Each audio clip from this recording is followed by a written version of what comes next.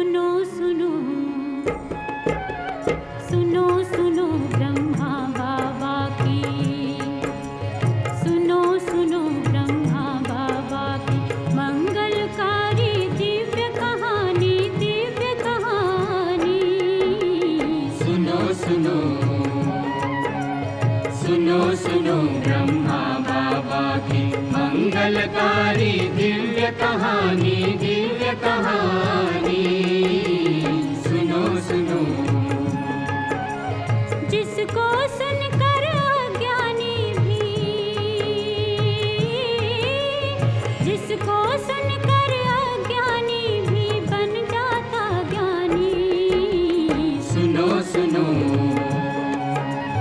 सुनो सुनो ब्रह्मा बाबा की मंगलकारी दिव्य कहानी, दिव्य कहानी। सुनो सुनो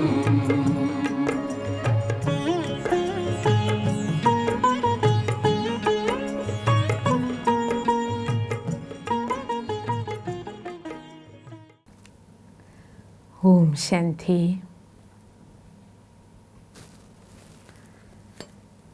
കഴിഞ്ഞ ദിവസം നമ്മൾ കേട്ടു തുടങ്ങിയത് എന്താണ്? ബാബ ഭാരതത്തിൻ്റെ സേവനത്തിന് വേണ്ടി രാജ്യത്തിൽ ദേശീയമായും പ്രാദേശികമായും ഉണ്ടാകുന്ന ഓരോ സാഹചര്യങ്ങളും എങ്ങനെ ഈശ്വരീയ സേവനത്തിനുള്ള ഉപാധിയാക്കി മാറ്റുന്നു. ഇന്നലെ നമ്മൾ കേട്ടു തുടങ്ങിയത് അല്ലേ, സുപ്രീം കോടതിയിൽ നിന്ന് കാലാകാലങ്ങളായിട്ട് 1873 മുതൽ ആരംഭിച്ച സത്യപ്രതിജ്ഞ വാചകം ചൊല്ലിക്കൊടുക്കുന്ന രീതിയിൽ ചില തിരുത്തലുകൾ കൊണ്ടുവരാനുള്ള കാര്യത്തിൽ മാർഗനിർദ്ദേശങ്ങൾ നൽകാൻ താല്പര്യമുള്ളവരോട് ആവശ്യപ്പെട്ടപ്പോൾ ആ അവസരം ബാബ എങ്ങനെ ഈശ്വരീയ സേവനത്തിൻ്റെ ഉപാധിയാക്കി മാറ്റി, അതാണ് നമ്മൾ ഇന്നലെ കേട്ട് തുടങ്ങിയത്. തുടരുകയാണ് ജഗദീഷ് ഭായി. उपरोक्त आवश्यकताओं को तथा एक अन्य बात को उसका उल्लेख आगे किया जाएगा। ध्यान में रखते हुए बाबा ने अपने ज्ञापन में सुझाव दिया कि इस कानून के अंतर्गत कसम में जहाँ गॉड शब्द का प्रयोग हुआ है. അപ്പോൾ ബാബ തൻ്റെ ഭാഗത്തുനിന്ന് നൽകിയ നിർദ്ദേശത്തിൽ ബാബ നൽകിയ സൂചന, പ്രതിജ്ഞ ചെയ്യുമ്പോൾ അതിനുള്ളിൽ ഗോഡ്, ഭഗവാൻ എന്ന വാക്ക് എവിടെയാണോ ഉപയോഗിക്കുന്നത്,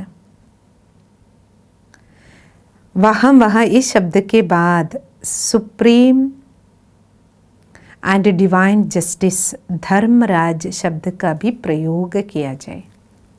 ബാബ പറഞ്ഞു അതിൽ ഗോഡ് എന്ന് മാത്രം പോരാ, ഗോഡ് എന്ന വാക്കിനോടൊപ്പം തന്നെ ധർമ്മരാജ് എന്ന വാക്കും കൂടി, ഈശ്വരൻ ധർമ്മരാജൻ, ഏറ്റവും വലിയ ന്യായാധിപൻ എന്ന വാക്കും കൂടി ഉപയോഗിക്കൂ എന്ന് പറഞ്ഞു. ലോ കമ്മീഷന് ബാബ എഴുതി, कसम के विषय में ध्यान देने के योग्य एक बात ये भी है कि जो लोग न्यायालय में भगवान के नाम पर कसम लेते हैं उन सभी के मन में. അടുത്തൊരു സൂചന ബാബ നൽകിയത് ഇതാണ്. ബാബയുടെ ഭാഗത്തു നിന്ന് കോടതി മുറിയിൽ കയറി ഭഗവാൻ എന്ന പദം പ്രതിജ്ഞയിൽ പറയുമ്പോൾ പറയുന്നവരുടെ എല്ലാവരുടെയും മനസ്സ് പരമാത്മാവിലേക്ക് പോകണം. പക്ഷേ ഈശ്വരൻ എന്ന പദം ഉപയോഗിക്കുമ്പോൾ എല്ലാവരുടെയും മനസ്സിലെ വിശ്വാസ പ്രമാണങ്ങൾ ഒരേപോലെ അല്ലല്ലോ. ചിലർ ഭഗവാൻ എന്ന് പറയുമ്പോൾ മനസ്സിൽ ശ്രീകൃഷ്ണ ഭഗവാന്റെ ചിത്രം വരും. ചിലർ ശ്രീരാമ ഭഗവാനെ അംഗീകരിക്കുന്നവരാണ്. ഇനി മറ്റ് ചിലർക്ക് അവരവരുടേതായ വിശ്വാസ പ്രമാണങ്ങളാണ്. അതിനാൽ ഈ അന്തരം എല്ലാവരുടെയും വിശ്വാസങ്ങളിലുണ്ട്. और ईश्वर विषय तक മാന്യതാ മേ അന്തർ പെട്നെ സെ, ഈശ്വരനെന്ന വിഷയത്തിൽ എല്ലാവരുടെയും വിശ്വാസ പ്രമാണങ്ങൾ വ്യത്യസ്തമായതുകൊണ്ട് ആൾക്കാരുടെ വ്യവഹാരത്തിലും ആചാര അനുഷ്ഠാനങ്ങളിലുമെല്ലാം വ്യത്യാസവും നിലനിൽക്കുന്നു. ഉദാഹരണത്തിന് ശ്രീകൃഷ്ണൻ്റെ ഉപാസകരെ തന്നെ നോക്കൂ. അവരുടെ കൂടുതൽ പേരുടെയും വിശ്വാസം ശ്രീകൃഷ്ണൻ വെണ്ണ മോഷ്ടിച്ചു. അതിനാൽ അയൽക്കാർക്കെല്ലാവർക്കും കൃഷ്ണനോട് പിണക്കം വന്നു. വെണ്ണ മോഷ്ടിച്ചവനെന്ന് വിളിച്ചു. കൃഷ്ണപ്രേമികൾ എന്ത് പറയും? 108 റാണിമാരുണ്ടായിരുന്നു കൃഷ്ണന്. രുക്മിണിയെ അപഹരിച്ചു കൊണ്ടുപോയി. ഗോപികമാരുടെ വസ്ത്രങ്ങൾ മോഷ്ടിച്ചു കൊണ്ടുപോയി. ഇപ്രകാരം ധാരാളം കഥകൾ കൃഷ്ണനുമായി ബന്ധപ്പെട്ട് പറയാറുണ്ട്, വിശ്വസിക്കുന്നുമുണ്ട്. അർജുൻ കി അന്തരാത്മാ കെ വിരുദ്ധ, ഇനി ഇങ്ങനെയും ചിലർ പറയാറുണ്ട്, അർജുനന് ഇഷ്ടമായിരുന്നില്ല യുദ്ധം ചെയ്യാൻ. അർജുനൻ്റെ ഇഷ്ടത്തിന് വിപരീതമായി കൃഷ്ണൻ അർജുനൻ്റെ ഉള്ളിൽ ഹിംസാത്മക യുദ്ധത്തിനായി പ്രേരിപ്പിച്ചു. ദ്രോണാചാര്യരുടെ മൃത്യുവിന് നിമിത്തമായി യുധിഷ്ഠിരൻ കള്ളം പറഞ്ഞു. ഇതെല്ലാം ശാസ്ത്രത്തിൽ പറയപ്പെടുന്നുണ്ട്. ശ്രീകൃഷ്ണൻ്റെ ജീവിതകഥയിൽ തന്നെ ഇപ്രകാരം വളരെയധികം വൃത്താന്തങ്ങളുണ്ട്. ഇതെല്ലാം അലൗകികവും ദിവ്യവുമാണെന്ന് വിചാരിച്ചിരിക്കുന്നുണ്ട്. उन सबका उल्लेख किए बिना ही उपरोक्त से इतना तो स्पष्ट है कि इन आख्यानों में विश्वास करने वाले तथा इन्हें दिव्य चरित्र मानने वाले स्वयं भी तो झूठ बोल सकते हैं. ഇതൊക്കെ സത്യമാണ്, സത്യമായ ജീവചരിത്രമാണ്. കൃഷ്ണനുമായി ബന്ധപ്പെട്ട് ഈ പറയുന്നതെല്ലാം സത്യമാണെന്ന് വിചാരിച്ച് ജീവിക്കുന്ന കൃഷ്ണഭക്തർ, അവർ പിന്നീട് ഈ പ്രതിജ്ഞ കോടതി മുറിയിൽ ഈ പ്രതിജ്ഞ എടുത്ത് കൃഷ്ണനെ മനസ്സിൽ വെച്ച് ജീവിക്കുന്ന അവർക്ക് തങ്ങൾ കള്ളം പറഞ്ഞാലും അതൊരു വലിയ അപരാധമായിട്ടോ പാപമായിട്ടോ അവർക്ക് തോന്നുകയില്ല. കൃഷ്ണനെ ഇങ്ങനെയൊക്കെ പറഞ്ഞിട്ടുണ്ടല്ലോ, അപ്പോൾ പിന്നെ നമുക്ക് പറഞ്ഞാൽ എന്താ? കൃഷ്ണനെ 108 റാണിമാരുണ്ടായിരുന്നു, അപ്പം നമുക്ക് 1, 2, 3 ഭാര്യമാരുണ്ടായ എന്താ കുഴപ്പം? അല്ലെങ്കിൽ സ്ത്രീകളുണ്ടായ എന്താ കുഴപ്പം? കൃഷ്ണനെ വെണ്ണ മോഷ്ടിച്ചിട്ടുണ്ട്, കൃഷ്ണനെ യുദ്ധം ചെയ്യാൻ പ്രേരണ കൊടുത്തിട്ടുണ്ട്. അപ്പോൾ പിന്നെ നമ്മളും ഇങ്ങനെ തന്നെയാണ് ചെയ്യേണ്ടത്. ഇങ്ങനെ ചെയ്തുകൊണ്ട് നമുക്ക് അല്ല, അതൊരു തെറ്റാണ് തങ്ങൾ ചെയ്യുന്നതെന്ന് തങ്ങളുടെ തെറ്റുകളെ ന്യായീകരിക്കാനേ കൃഷ്ണൻ്റെ വൃത്താന്തങ്ങൾ മനുഷ്യൻ വളച്ചൊടിച്ച് ഉപയോഗിക്കുകയുള്ളൂ. മാത്രമല്ല, തെറ്റ് ചെയ്താലും തങ്ങളുടെ ഉള്ളിൽ അവർക്ക് താൻ ചെയ്തത് തെറ്റാണെന്ന ബോധം ഒരിക്കലും വരികയില്ല. ദൂസരോं को किसी हिंसात्मक कार्य के लिए, അതുകൊണ്ട് അങ്ങനെയുള്ള ആൾക്കാർ സ്വയവും മറ്റുള്ളവരെ കൊണ്ട് ഹിംസാ പ്രവൃത്തികൾ ചെയ്യിപ്പിക്കാനും മടി കാണിക്കില്ല. അതേപോലെ സ്ത്രീകളുമായി ബന്ധപ്പെട്ട വിഷയത്തിൽ അതൊന്നും ഒരു തെറ്റാണെന്നും തോന്നുകയില്ല. ഇപ്രകാരം സദാചാര വിരുദ്ധമായ ജീവിതത്തിനെ പ്രോത്സാഹിപ്പിക്കുന്ന തരത്തിലേ ഈ കാര്യങ്ങളൊക്കെ മനുഷ്യൻ ഉപയോഗിക്കുന്നുള്ളൂ. ശ്രീകൃഷ്ണ ജैसे മഹാപുരുഷ് യഥാർത്ഥത്തിൽ എത്രയോ വലിയ മഹാനതയുള്ള വ്യക്തിത്വമായിരുന്നു ശ്രീകൃഷ്ണൻ്റേത്, അല്ലേ? ബാബ ഇപ്പോൾ സത്യജ്ഞാനം തന്നപ്പോഴല്ലേ നമുക്ക് ശ്രീകൃഷ്ണൻ ആരാണെന്ന് കൃഷ്ണചരിതം ശരിക്കും നമുക്കിപ്പോഴല്ലേ മനസ്സിലാവണേ.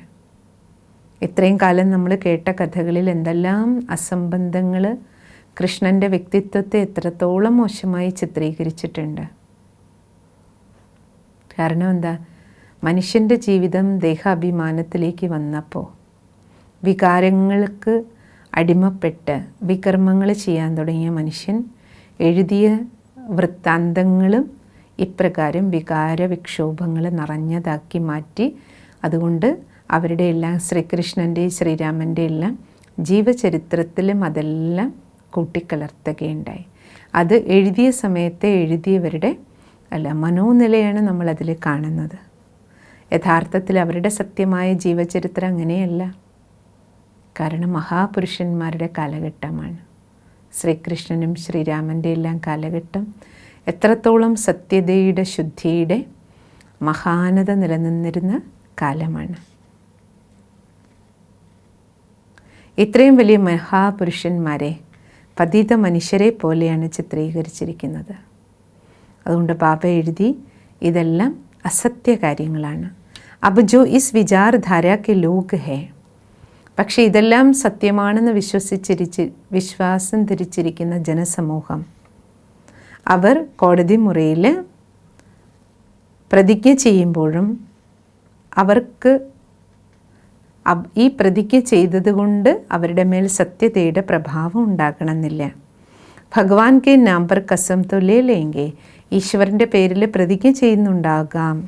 പരന്തു കസം ലേത്തെ സമയ വോ സത്യ ബോലനെ കെ ലിയെ അപ്പനെ ഊപ്പർ കൊയ്, പക്ഷേ ഈ പ്രതിജ്ഞ ചെയ്തതുകൊണ്ട് മാത്രം അവർക്ക് അവരുടെ ഉള്ളിൽ ഒരു മൊറാലിറ്റി, സത്യതയോടും ധർമ്മത്തോടും അവർ നീതി പുലർത്തണമെന്നില്ല. ഭഗവാന്റെ പേരിൽ ഞാൻ സത്യമേ പറയുള്ളൂ എന്ന് പറഞ്ഞതുകൊണ്ട് അവർ പറയുന്നത് സത്യമാകണമെന്നില്ല എന്ന് ബാബ പറഞ്ഞു. കാരണം ഭഗവാൻ എന്ന പേരിൽ മനുഷ്യൻ്റെ മനസ്സുകളിൽ കിടക്കുന്ന ചിത്രങ്ങൾ, കൃഷ്ണൻ്റെയും രാമൻ്റെയും എല്ലാം മായി ബന്ധപ്പെട്ട വൃത്താന്തങ്ങളെല്ലാം, സംഭവങ്ങളെല്ലാം, അവരുടെ എല്ലാം ജീവചരിത്രം രേഖപ്പെടുത്തിയിരിക്കുന്നത് വളരെ അസത്യങ്ങളും അധാർമികവുമായ രീതിയിലായതുകൊണ്ട് അതെല്ലാം ധരിച്ചു വച്ചിരിക്കുന്ന മാനവൻ ഇവരെ നമ്മുടെ ദൈവങ്ങളെ ഇങ്ങനെയുള്ളവരായിരുന്നു, അപ്പോൾ പിന്നെ നമുക്കെന്താ, അങ്ങനെ ഒരു തെറ്റായ ധാരണയിലേക്ക്, അധാർമികതയിലേക്ക് മനുഷ്യൻ കുപ്പുകുത്തി വീഴുന്നതിൻ്റെ കാരണം അതാണെന്ന് ബാബ ചൂണ്ടിക്കാണിച്ചു. അടുത്ത സൂചന ബാബ നൽകിയത് ഉപരോക്ത് ബാത് കാ ഉല്ലേഖ് കർത്തേ ഹുയേ വിധി ആയോഗ് കോ.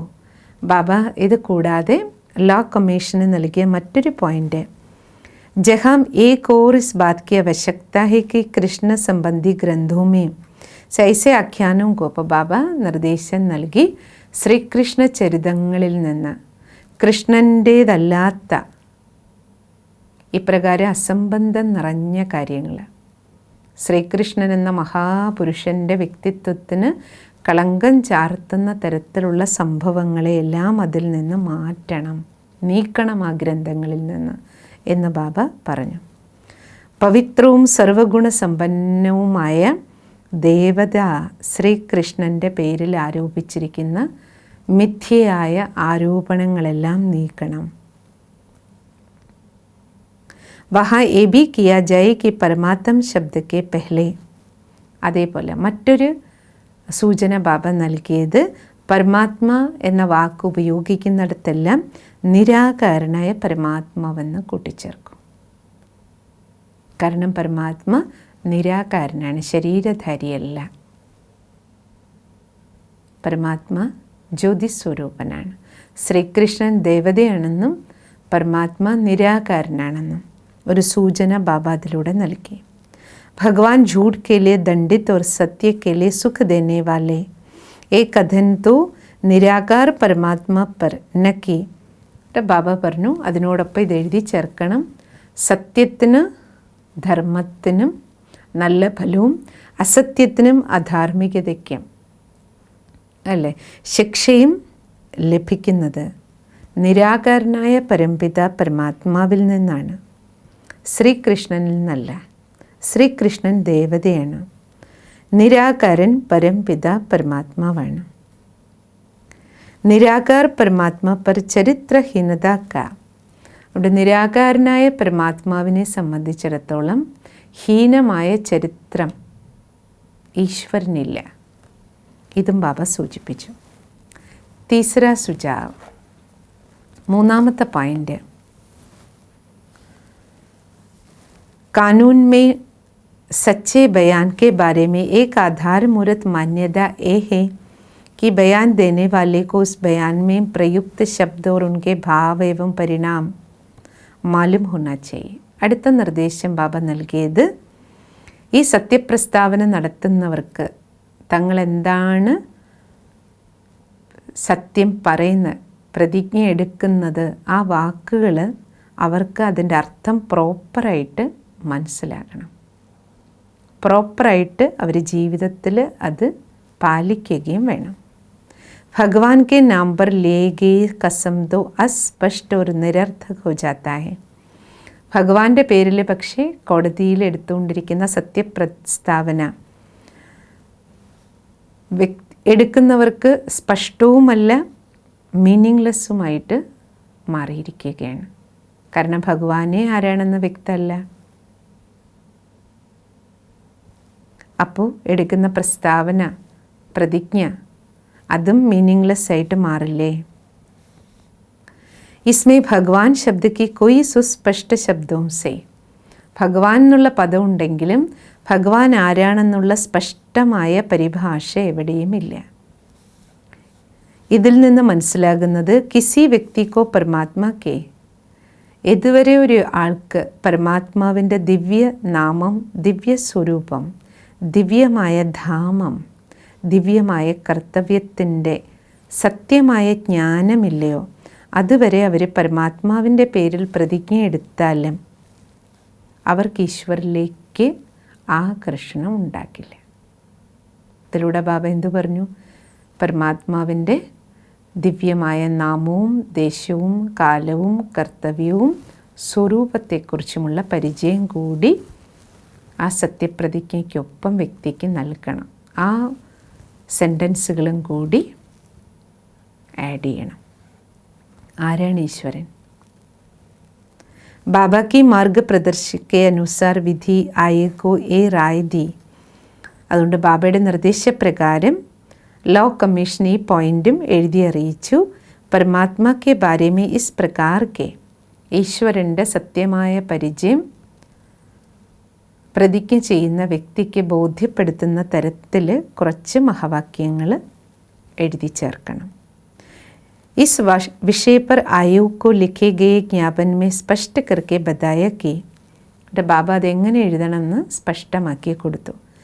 परमात्मा के ज्योतिर्बिंदु स्वरूप की पहले सभी धर्मों में എല്ലാ ധർമ്മങ്ങളിലും ഈശ്വരനെ ജ്യോതിർബിന്ദു സ്വരൂപത്തിൽ അംഗീകരിക്കുന്നുണ്ട്.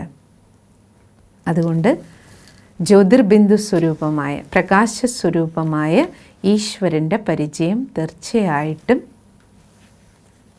1-2 മഹാവാക്യങ്ങളിലൂടെയെങ്കിലും സത്യപ്രസ്താവനയിൽ ഉൾപ്പെടുത്തണമെന്ന് പറഞ്ഞു. എന്നിട്ട് എങ്ങനെയായിരിക്കണം പ്രതിജ്ഞയുടെ വാചകം ആരംഭിക്കേണ്ടത്? മേ ത്രിമൂർത്തി ഗീത ജ്ഞാൻ ദാദാ ധർമ്മരാജ്. ബാബ അതിപ്രകാരം പ്രതിജ്ഞ ആരംഭിക്കാൻ പറഞ്ഞു. ഞാൻ ത്രിമൂർത്തി, ഗീതാജ്ഞാനദാതാവ്, ധർമ്മരാജനായ ജ്യോതിർബിന്ദു പരമാത്മാ ശിവ പരമാത്മാവിൻ്റെ പേരിൽ പ്രതിജ്ഞ ചെയ്യുകയാണ്. ഞാൻ സത്യമേ പറയൂ.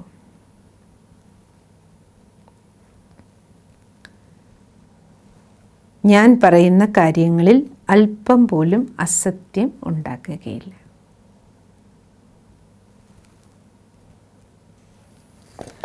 ഇപ്രകാരം ബാബ സൂചന നൽകി. परिभाषा इस कानून में जहाँ कहीं भी परमात्मा शब्द का प्रयोग हुआ है. അടുത്ത സൂചന ബാബ നൽകിയത് എവിടെയൊക്കെ സത്യപ്രസ്താവനയിൽ പരമാത്മാ എന്നുള്ള വാക്ക് ഉപയോഗിക്കുന്നു അവിടെയെല്ലാം ജ്ഞാനക്കടൽ, പ്രേമക്കടൽ, ശാന്തിയുടെ കടൽ, ആനന്ദക്കടൽ, സർവശക്തിവാൻ, നിരാകാരനായ ജ്യോതിർബിന്ദു പരമാത്മാ ശിവ ഭഗവാന്റെ മഹാവാക്യം. സർവാത്മാക്കളുടെയും പിതാ, പരംധാം നിവാസി, ഗീതാജ്ഞാന ദാതാവ് പറയുകയാണ്. झूठ को दंड तथा सच के लिए सुख देने वाला है. കള്ളത്തരത്തിന് ശിക്ഷയും സത്യത്തിന് സുഖവും നൽകുന്ന ആളാണ് ഈശ്വരൻ.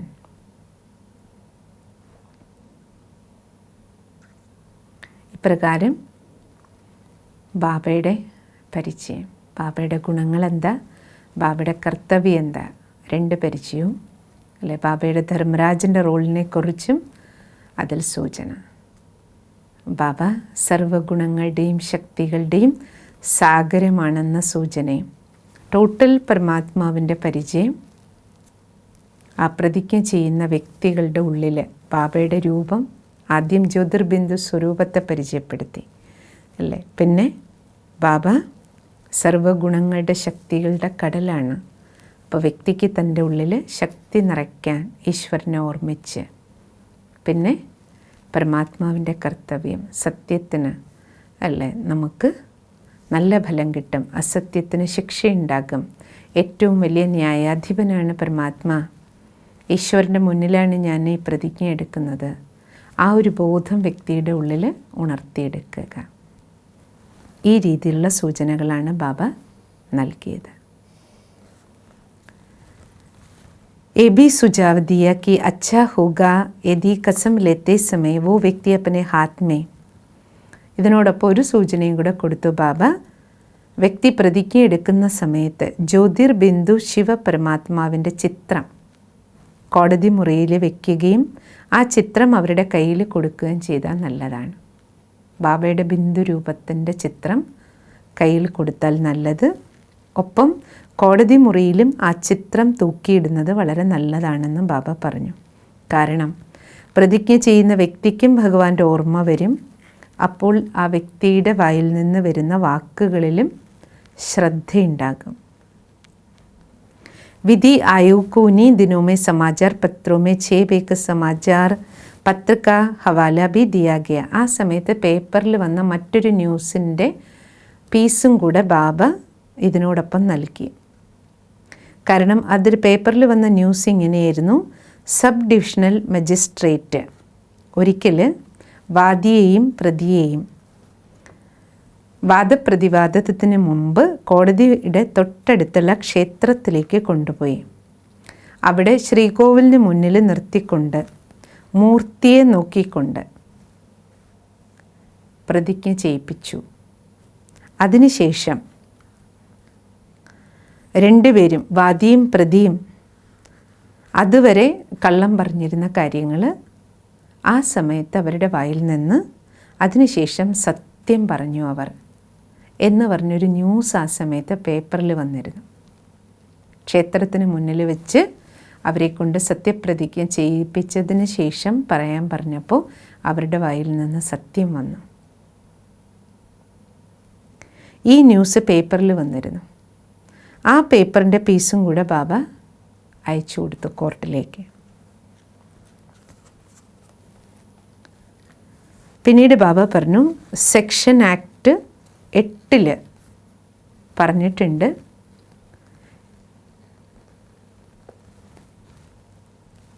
ഈ പ്രതിജ്ഞ എടുക്കുന്നത് ഇപ്പോൾ വാദിയും പ്രതിയും മാത്രമാണ്. പക്ഷേ അവർ മാത്രം ഈ പ്രതിജ്ഞ എടുത്താൽ പോരല്ലോ. ബാബ പറഞ്ഞു, इस विषय में ध्यान देने योग्य बात, आज इस प्रकार की कसम बहुत ही प्रचलित है जिसमें कहा जाता मैं परमात्मा को हाजिर नासिर मानते हुए सच बोलूँगा. കാരണം അതുവരെ നിലനിന്നിരുന്ന പ്രതിജ്ഞ എന്തായിരുന്നു? സർവവ്യാപിയായ പരമാത്മാവിൻ്റെ പേരിൽ ഞാൻ സത്യമേ പറയൂ, അല്പം പോലും കള്ളം പറയില്ല. അങ്ങനെയായിരുന്നു സത്യപ്രസ്താവന. मैं परमात्मा को हाजिर नासिक मानते हुए कसम से कहता हूँ. അപ്പോൾ ബാബ ആ പോയിൻ്റ് നോട്ട് ചെയ്തു. സർവവ്യാപിയായ ഈശ്വരൻ്റെ പേരിൽ ഞാൻ സത്യമേ പറയുള്ളൂ എന്ന് പ്രതിജ്ഞ ചെയ്യുകയാണ്. അപ്പോൾ ബാബ പറഞ്ഞു, ഈ സെൻറ്റൻസേ അസത്യമാണ്. കാരണം പരമാത്മ സർവവ്യാപിയല്ല. പരമാത്മ ജ്യോതി സ്വരൂപനാണ്, ബ്രഹ്മലോക നിവാസിയാണ്. അപ്പോൾ ആ പ്രതിജ്ഞയെ തെറ്റാണ്. തെറ്റായൊരു പ്രതിജ്ഞ ചെയ്തുകൊണ്ട് പിന്നെ അവരെങ്ങനെയാണ് സത്യം പറയുക? ഈ പോയിന്റും ബാബ നോട്ട് ചെയ്യിപ്പിച്ചു. इस बात पर विचार के लिए ज्ञापन में विधि आयोग के ध्यान के लिए कुछ ज्ञान ഇതിനോടൊപ്പം ലോ കമ്മീഷൻ്റെ ശ്രദ്ധ ക്ഷണിക്കുന്നതിന് വേണ്ടി മറ്റു ചില ജ്ഞാനബിന്ദുക്കളും ബാബ ഇതിനോടൊപ്പം കൂട്ടിച്ചേർത്തു. അതായത് ഈശ്വരൻ പരംധാം നിവാസിയാണെന്നും ജ്യോതിർബിന്ദു സ്വരൂപമാണെന്നും സർവവ്യാപി അല്ല എന്നുള്ള കാര്യങ്ങൾ ബോധ്യപ്പെടുത്തി കൊടുക്കുന്ന തരത്തിൽ ചില ജ്ഞാനത്തിൻ്റെ ബിന്ദുക്കളും കൂടി ഈ സൂചനയ്ക്കൊപ്പം നൽകിയിരുന്നു ബാബ. ബാക്കി നമുക്ക് നാളെ തുടരാം. ഓം ശാന്തി. ബ്രഹ്മബാബയുടെ ധൈര്യം നമ്മൾ കണ്ടില്ലേ? ഇത്രയും വലിയ സുപ്രീം കോടതിക്ക്, ലോ കമ്മീഷന് ഒരു ചാൻസ് കിട്ടിയ സമയത്ത് സർവശ്രേഷ്ഠ ന്യായാധിപൻ്റെ പരിചയം കൊടുക്കാൻ, ശിവബാബയുടെ പരിചയം കൊടുക്കാൻ വേണ്ടിയിട്ട് ആ അവസരത്തെ എങ്ങനെ ബാബ സദുപയോഗം ചെയ്തു എന്ന ചിത്രമാണ് നമുക്ക് വ്യക്തമായത്. ഇതിലൂടെ നമ്മളും എന്താ റിയലൈസ് ചെയ്യണ്ടേ? നമ്മൾ നമ്മുടെ ലൗകിക കുടുംബത്തിലാണെങ്കിലും നമ്മൾ ജോലി ചെയ്യുന്ന സ്ഥലത്തോ നമ്മുടെ നാട്ടിലോ നമ്മുടെ പ്രദേശത്തോ എന്തെല്ലാം സേവനത്തിനുള്ള അവസരങ്ങൾ കിട്ടുന്നോ, എന്തുത്സവമോ ആഘോഷമോ അല്ലെങ്കിൽ എന്തെല്ലാം കൂടിച്ചേരലുകൾ, ഏതെല്ലാം ബന്ധുക്കളും മിത്രങ്ങളും ഏതെല്ലാം ടോപ്പിക്ക് എവിടെ വന്നാലും ചർച്ചാ വിഷയങ്ങൾ വരുമ്പോഴും അതിനുള്ളിലൂടെ എല്ലാം നമുക്കെങ്ങനെ ഈശ്വരീയ ജ്ഞാനം യുക്തിപൂർവ്വം കൊടുക്കാൻ കഴിയും. എവിടെ ആരെ കണ്ടുമുട്ടിയാലും, നമ്മളൊരു ഓഫീസിൽ പോയാലും അല്ലേ, ഏത് ടോപ്പിക് ആരെടുത്തിട്ടാലും അതിൻ്റെ ഉള്ളിൽ കൂടി ഈശ്വരീയ സന്ദേശം എങ്ങനെ യുക്തിപൂർവ്വം കൊടുക്കണം. ബാബ ആ ലെവലിൽ ചെയ്തു. പക്ഷെ നമുക്ക് ഓരോരുത്തർക്കും ബാബയുടെ മക്കൾക്ക് എന്ത് ചെയ്യാൻ പറ്റും? ഫുൾ ഡേ നമ്മൾ ആരെയൊക്കെ കണ്ടുമുട്ടുന്നു, ആരോടൊപ്പം ഇടപഴകുന്നു, അവർക്കെല്ലാം ഈശ്വരീയ സന്ദേശം കൊടുക്കാൻ വേണ്ടി നമുക്കും യുക്തികൾ കണ്ടെത്താം.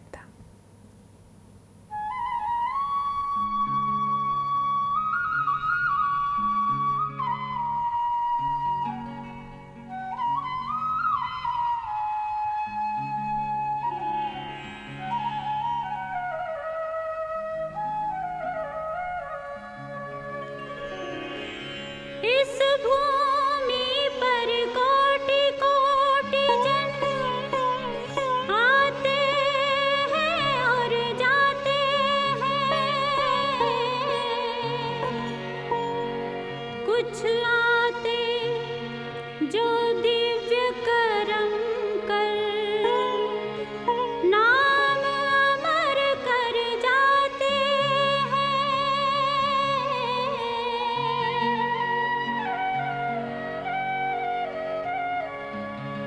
सुनो सुनो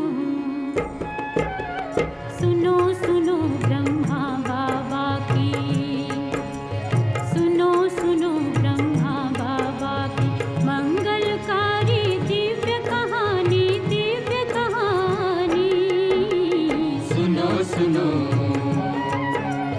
सुनो सुनो ब्रह्मा बाबा की मंगलकारी दिव्य कहानी, दिव्य कहानी। सुनो सुनो जिसको सुनकर अज्ञानी भी, जिसको सुनकर अज्ञानी भी बन जाता ज्ञानी। सुनो सुनो सुनो सुनो ब्रह्मा बाबा की मंगलकारी दिव्य कहानी, दिव्य कहानी।